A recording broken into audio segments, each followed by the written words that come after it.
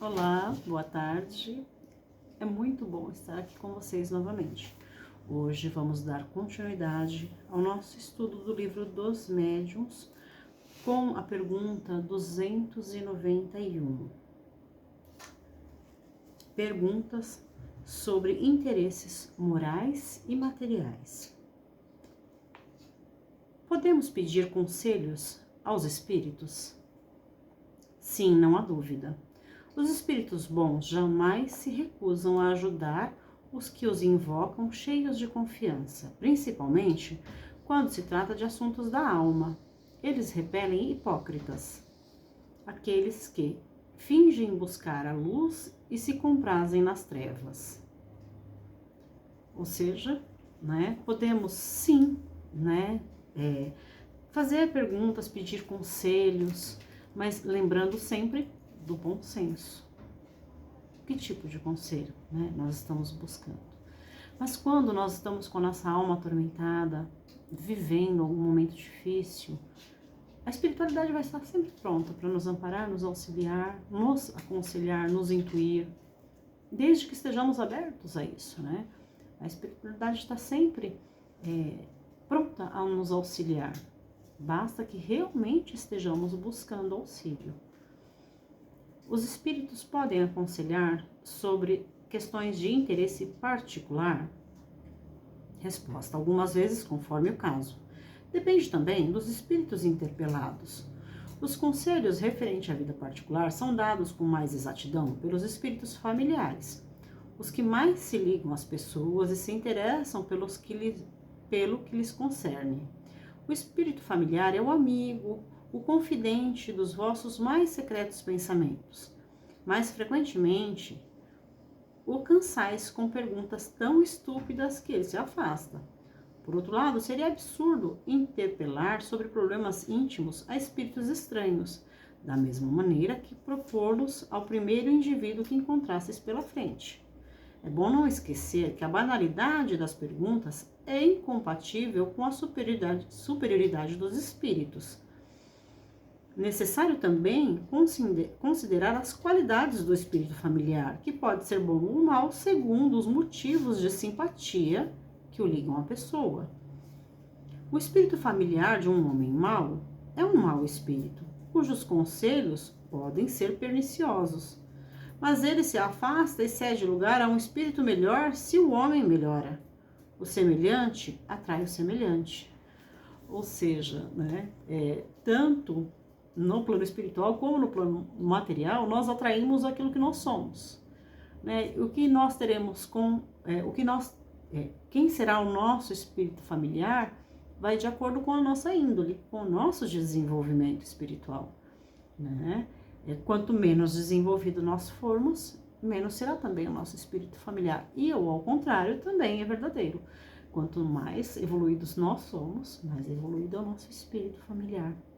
E ele é o mais indicado para nos aconselhar sobre o nosso dia a dia, às vezes problemas pessoais, quando isso nos aflige, porque ele, por ser um espírito familiar, é o que está próximo, é o que nos acompanha, sabe melhor sobre as nossas necessidades, as nossas dores, os nossos amores.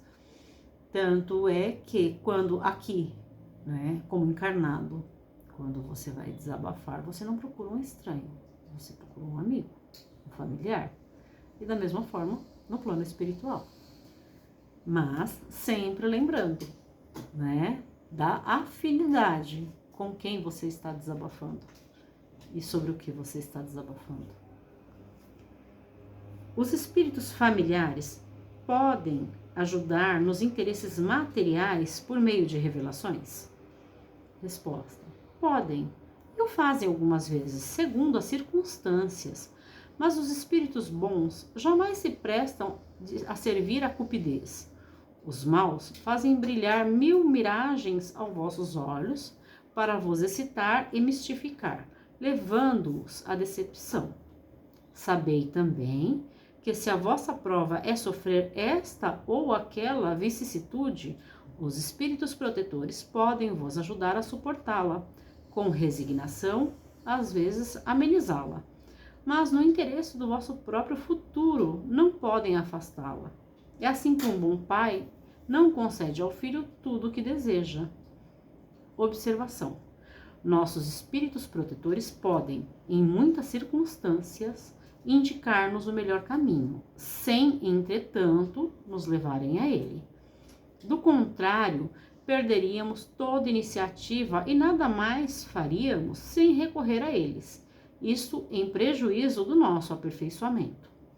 Para progredir, o homem tem sempre necessidade de adquirir experiência à sua própria custa.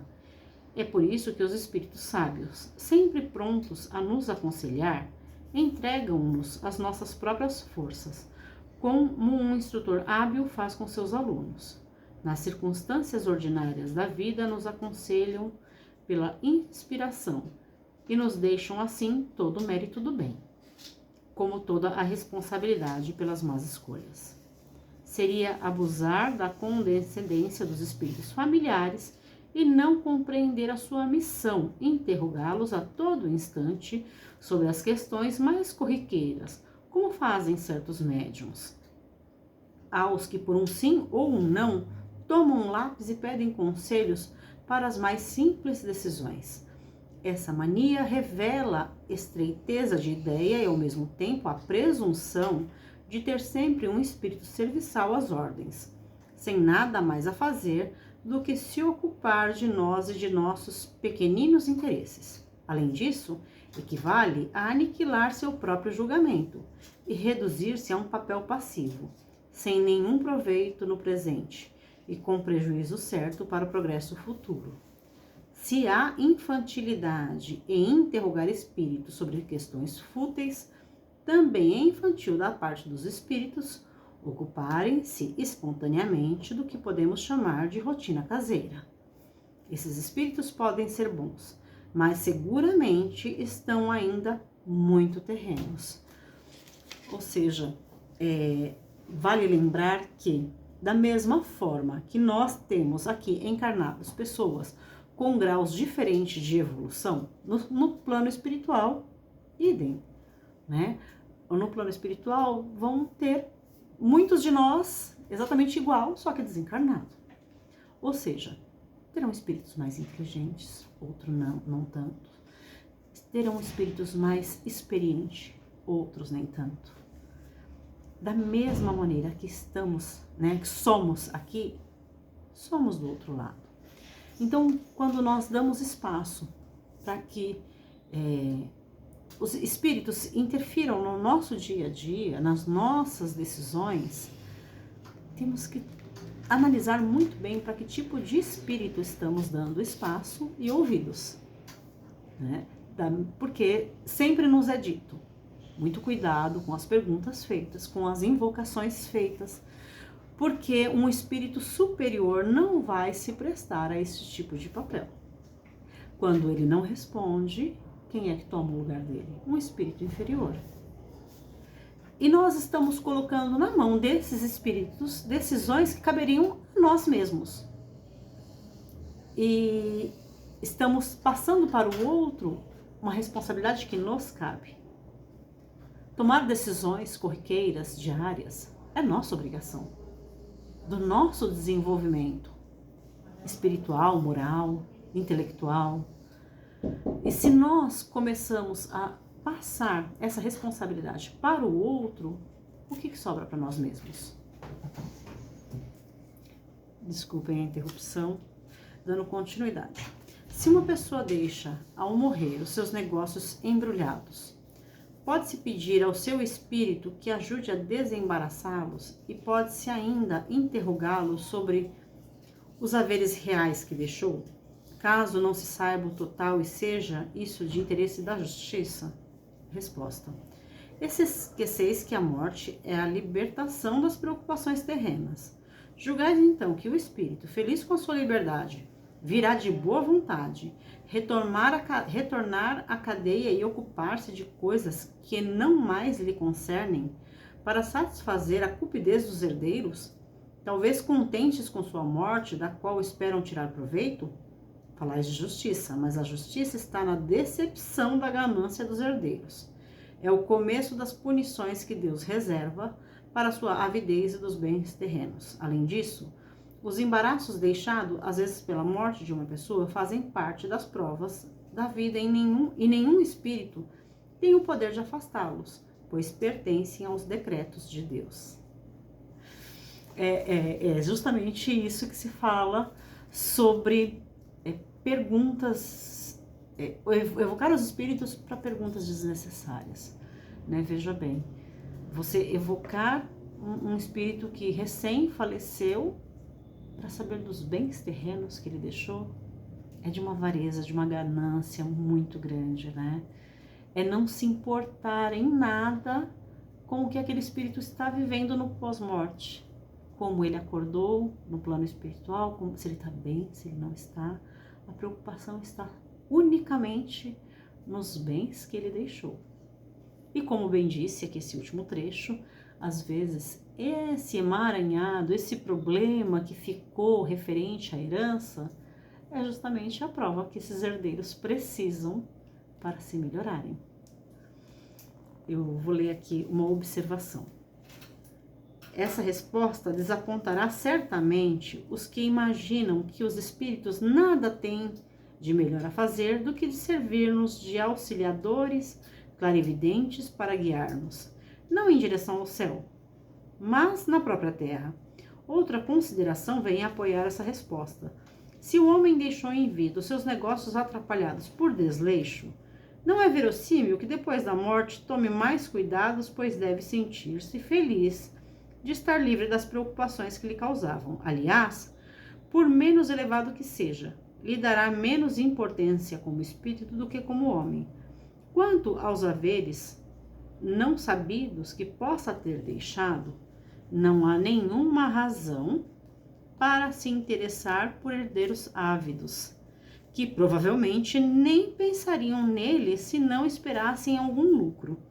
E se ainda tiver imbuído de paixões humanas, poderá mesmo sentir um prazer malicioso com seu desapontamento. Se no interesse da justiça e das pessoas que estimam, um espírito julgar útil fazer dessas revelações, as fará espontaneamente, sem necessidade de que o interessado seja médium ou recorra a um médium. Ele o levará ao conhecimento do assunto por meio de circunstâncias inesperadas, mas nunca em virtude de pedidos que lhe façam, pois os pedidos não podem mudar a natureza das provas que se tem que sofrer. Seriam antes capazes de agravá-las, pois quase sempre revelam cupidez e demonstram ao espírito que só se pensa nele por interesse. Outro trecho aqui, né? Bem interessante esse para finalizarmos. Sobre a visão de que muitos espíritos ainda têm, muitas pessoas ainda têm, de utilizar o outro, de tirar proveito do outro, né? Ou seja, a pessoa em vida acumulou algum bem e que de alguma forma ele não conseguiu organizar, não conseguiu deixar ele bonitinho para os herdeiros. Você imagina que esse espírito, se ele não ligou para fazer isso em vida, ele vai sair do plano espiritual para vir auxiliar herdeiros gananciosos a resolver esses problemas? Se isso fosse realmente importante para ele, ele teria deixado resolvido em vida. Se não o deixou, é porque não era importante para ele. Temos que entender que tanto aqui como no plano espiritual somos os mesmos. Nós não nos tornaremos anjos nem espíritos evoluídos só porque desencarnamos. Então, o que nós somos aqui hoje, seremos amanhã na espiritualidade.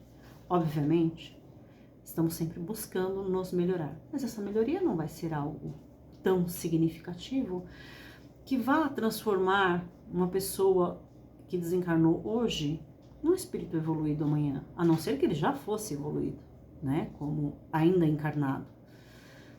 Então, quando evocamos um espírito, temos que compreender que ele tem a mesma evolução que tinha quando estava encarnado. Fiquem todos com Deus. Até mais tarde para a gente conversar um pouco mais sobre esse assunto.